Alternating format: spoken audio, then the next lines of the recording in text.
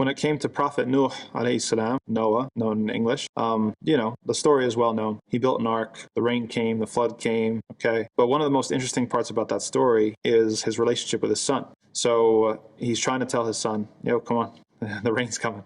You better get aboard. Everything's going to drown. SubhanAllah, we have the hurricane going on in Florida. May Allah give everybody ease and protect everybody. I think people can understand more like what the situation is like. You see the floodwaters coming up and how crazy the mentality of Noah's son had to be, because then even towards when his options are running out, Noah gives him a last shot and he's like, hey, come on, please. Come aboard, save yourself. And Noah's son says, I'm good, Pops. I'm going to head to the mountain. I'm going to go to the mountain. The mountain's going to save me. And then he dies, because the flood goes higher than the mountain. And so this aspect of the story is super heavy.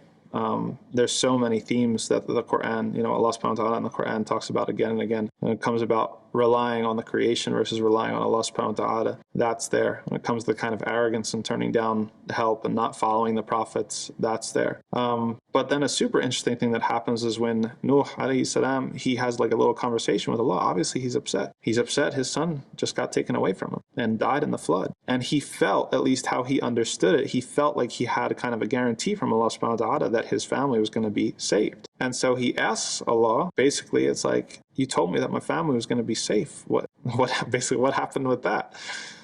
And Allah subhanahu wa ta'ala says, your son was not from your family. And that shows you that Tawhid is thicker than blood, right? That belief, that faith, that your deen is the strongest bond, stronger than your bond of family, stronger than your bond of your ethnicity, your skin color, your race, whatever other identity, your gender, whatever else you got going on. Tawhid is first, right? Tawhid is your identity, right? In addition to more than that, but it is. And this is why, when the Prophet Muhammad sallallahu alaihi wasallam came to Mecca, people would complain, he's splitting up households. He's a home wrecker, right? Because you had people, there were houses where some of the people of the house, they became Muslims and some of them didn't and fought against the Muslims.